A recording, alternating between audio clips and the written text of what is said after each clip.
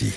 Bienvenue, c'est le grand débat des vraies voix sur Sud Radio à 18h30. Des tests PCR, peut-être bientôt payants. En tout cas, c'est ce que propose l'Académie de médecine. Ne plus rembourser les tests PCR ou antigéniques pour les personnes qui se feraient tester par convenance. Voilà, on appelle ça des tests de confort. C'est-à-dire, par exemple, avant de se rendre à une soirée ou alors avant de voyager, avant de se rendre à un festival, à un concert. Certains estiment que ça inciterait à se faire vacciner. D'autres considèrent que ce serait une erreur. À noter quand même que ces tests représentent un coût plutôt conséquent pour la sécurité sociale. Je vous donne des chiffres, une trentaine d'euros pour les antigéniques en pharmacie ou encore 70 € pour les tests PCR, ceux qui sont réalisés en laboratoire. Faut-il rendre les tests PCR de confort, donc vous l'avez compris, payants? 0826 300 300. Venez en débattre avec nos vraies voix. Puis vous votez sur le compte Twitter de Sud Radio. On fera un point sur vos votes dans quelques instants. C'est le grand débat des vraies voix. Sud Radio, les vraies voix. Le débat est ouvert.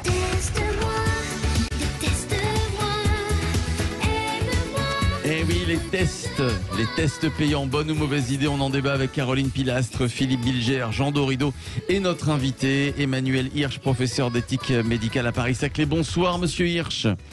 Bonsoir. Bonsoir à vous. Alors, tout d'abord, Emmanuel Hirsch, est-ce que vous y croyez ça, donc des tests PCR payants qui inciteraient les derniers réticents à se faire vacciner? Est-ce que ça marche comme ça? Est-ce que c'est aussi simple que ça selon vous?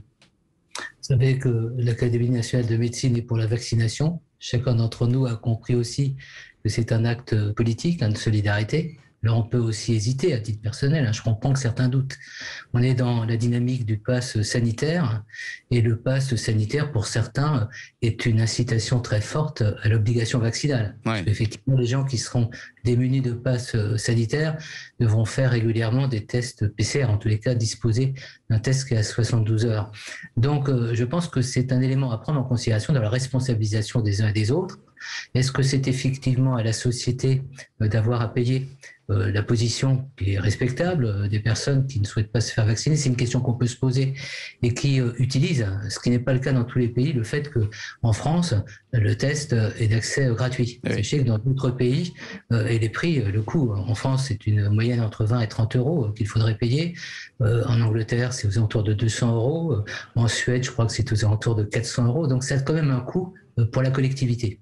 Uniquement, un deuxième point, et je termine sur la première réponse, il y a des situations de vulnérabilité sociale, des personnes qui sont en situation de précarité, qui, pour des raisons à la fois personnelles et des moyens limités, hésitent, j'allais dire, à rentrer dans toutes ces stratégies, notamment parce que ça touche aussi au numérique pour le pass vaccinal. Voilà, tous ces éléments sont à contextualiser. Il ne faudrait pas que ça incite des personnes à ne plus se faire tester. oui. Et, voilà, c'est aussi ces éléments à prendre en compte.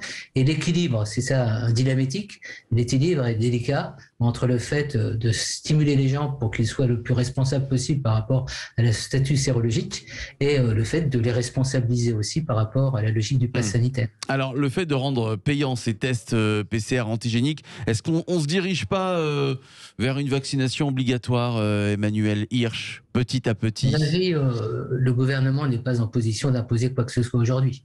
Vous avez remarqué de quelle manière on est sorti de la crise d'une manière assez précipitée, puisqu'il n'y a plus d'adhésion de la société à des mesures qui seraient des mesures contraignantes.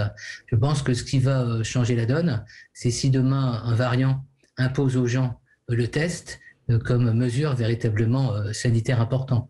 Et vous voyez de quelle manière il y avait une urgence à un moment donné à se faire, je ne parle pas du test d'ailleurs, de la vaccination plutôt, il y avait urgence à se faire vacciner. Je pense que si demain les variants évoluaient vers une situation de dangerosité, notamment pour les personnes jeunes, les gens se précipiteront nouveau pour se faire vacciner. Oui. Puis dernier point éthique, mais il y a quelque chose de très indécent dans notre pays à dire on se fait vacciner ou pas, alors que la majeure partie des pays du monde ne disposent pas de ces vaccins.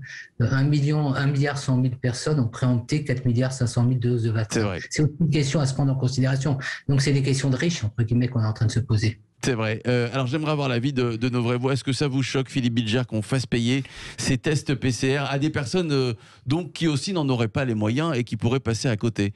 Philippe Bilger. En même temps, Emmanuel Hirsch, si j'ai bien compris, est-ce qu'on peut considérer que tout ce qui favorise le vaccin, qui est une bonne chose, est légitime? Ou est-ce qu'il ne faut pas aller jusque-là?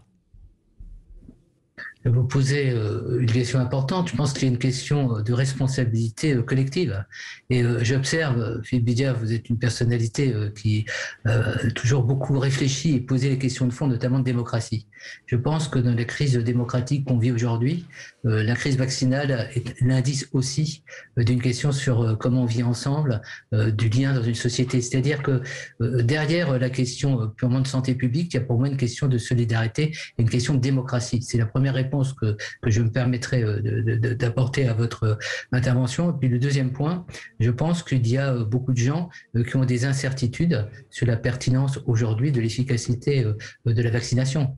Ouais. Et qui disent si d'autres se vaccinent, c'est peut-être pas la peine qu'on se vaccine nous-mêmes. Ouais. Ça veut dire que toute la logique, on est au plafond de verre aujourd'hui, il y a toute la logique en quelque sorte de cette solidarité qui permettrait une immunité collective est totalement remise en cause si on se limite, on plafonne à 34 milliards de personnes, 34 millions, excusez-moi, au niveau planétaire de personnes qui sont vaccinées en France. Ouais. Faut-il rendre les tests PCR payants? C'est la question que l'on vous pose sur les réseaux sociaux. 0826 300 300. Eric de Paris est avec nous. Bonsoir Eric. Bonsoir. Bonsoir à vous, mon cher Eric. Alors, est-ce que vous êtes vacciné, Eric, si c'est pas trop indiscret, évidemment? Non, c'est pas indiscret du tout. Non, moi, je fais partie des réticents. Ouais. Donc je ne suis pas vacciné. Voilà, je ne suis pas réticent. J'estime qu'on n'a pas suffisamment de recul. Ces vaccins ont été fabriqués très rapidement, etc., etc. Et que je m'interroge même aujourd'hui sur leur efficacité quand on voit le rebond en Grande-Bretagne, le rebond en Israël, etc. Alors, on a toujours dit que la vaccination protégeait des formes graves, mais pas des contaminations. Ça, on le savait depuis le début. Hein. Enfin, ça n'a pas toujours été dit comme ça.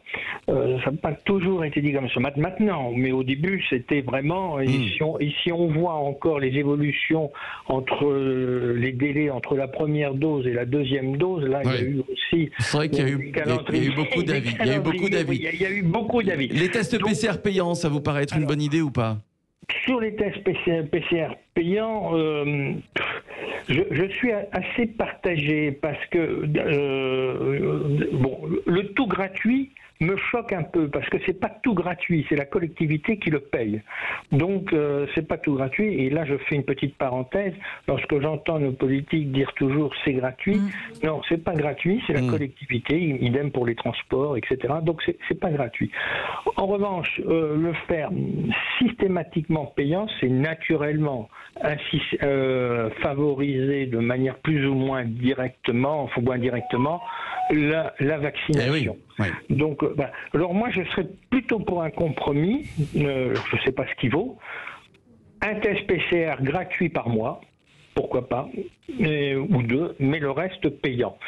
Ce qui permettrait, puisque nous avons une carte vitale qui est très défaillante dans ces contrôles, eh bien, je renverserai la démarche en disant au gouvernement, faites une carte vitale qui soit meilleure qu'aujourd'hui pour dépister toutes les fraudes sociales. Et là, vous avez une occasion de le faire avec le test PCR. Alors, bon, c'est une idée comme une autre. Tiens, on va demander l'avis de nos vraies voix. Caroline Pilastre, juste après Jean Dorido. Caroline Pilastre sur ces tests PCR, voilà, antigéniques. Test de confort, je le rappelle. Hein. Je suis contre le fait de les faire payer, bien que je ne sois pas pour les abus. Véritablement, on n'a pas besoin de tests de convenance à tire-larigot. Mais je ne pense pas qu'un logiciel va pouvoir être installé rapidement quand on voit à quel point c'est compliqué pour tout le reste dans notre vie quotidienne. Mais il n'y a rien de gratuit. C'est ce que disait Eric. On paye tous. Hein. On va tous payer de toute manière ces tests. Après, mais on le sent moins. On le sent moins que si on sortait de notre poche 70 € quand même. Oui, mais les médecins libéraux, de toute manière, vont avoir accès à la liste de la Sécu des patients qui ne se sont pas encore fait vacciner. On prenait l'exemple tout à l'heure de certains pays, mais en Europe, pardonnez-moi, vous avez aussi une gratuité au Danemark, au Monténégro, etc., de la part de leur sécu locale. Ouais. Et en Israël, qui est le pays exemplaire par excellence, qui est notre modèle jusqu'à présent, 65% de la population a été vaccinée. Ça ne les empêche pas de reporter les masques à l'intérieur parce qu'il y a le variant indien. Ouais.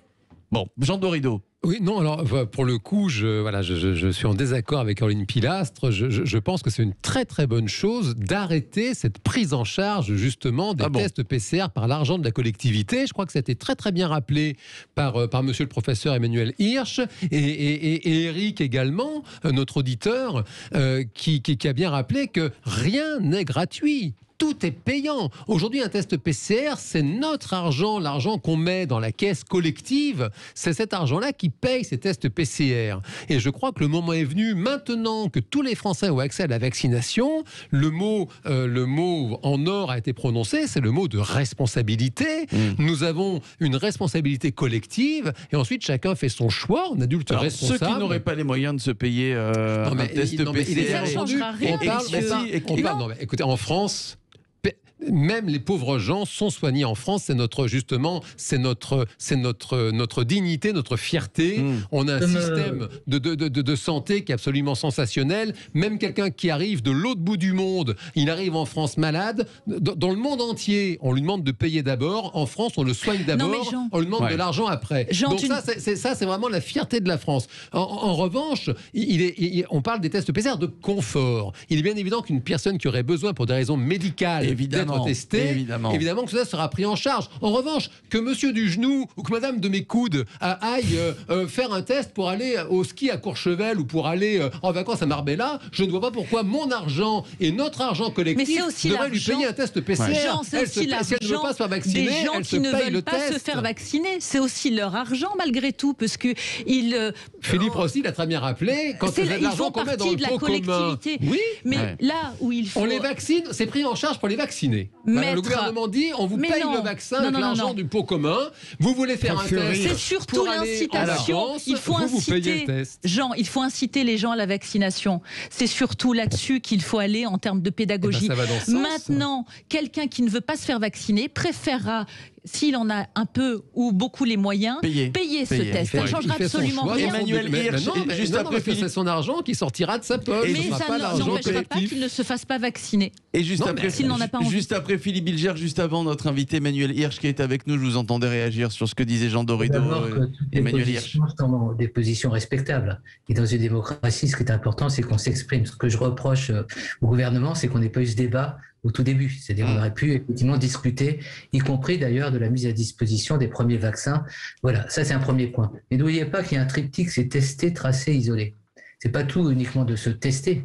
Effectivement, si c'est se tester pour aller en boîte, à défaut de faire, c'est une chose. Mais la vraie raison, et c'est là où il y a quelque chose de contraignant, et Philippe Bilger le sait très bien en tant qu'ancien magistrat, la vraie question, c'est l'autorité publique peut-elle exercer sur les libertés individuelles un certain nombre de contraintes. Et les vraies questions qui vont se poser, à mon avis, et on est passé finalement, je pense, à côté de questions très très difficiles qui risquent de se poser demain si on se retrouvait dans une situation beaucoup plus difficile que celle que l'on a vécue jusqu'à présent, même si ce qu'on a vu était tragique. Je pense que si demain on se retrouvait avec des variants qui exposent les populations jeunes à une mortalité et une morbidité importante, toutes les questions qu'on pose aujourd'hui seraient posées en d'autres termes, c'est-à-dire en termes de contraintes, et les libertés individuelles seraient discutées. Et donc, c'est des éléments à prendre en considération. Le dernier point, je vais donner juste l'exemple de la Suisse. La Suisse met à disposition de ses habitants 5 tests gratuits par mois. Allez, la conclusion, j'entendais aussi réagir Philippe Bilger. Non, mais Philippe, monsieur le professeur Hirsch a été limpide, comme d'habitude. Et je note tout de même dans votre réponse, monsieur le professeur, une petite tonalité d'inquiétude pour le futur, où vous semblez craindre que les restrictions d'aujourd'hui pèsent sur la liberté de demain. Oui, c'est vrai qu'on l'a entendu, nous aussi. Emmanuel Hirsch, merci à vous, professeur d'éthique médicale à Paris-Saclay. Restez avec nous, du sport dans quelques instants. Voilà, c'est la dernière partie des Vraies Voix. Place au sport, l'arrivée du Tour de France, les analyses de nos consultants Sud Radio, et puis on reviendra évidemment, malheureusement, je suis désolé, on va en reparler encore, la défaite des Bleus hier soir avec Chérif Guémour, journaliste à SoFoot. À tout de suite.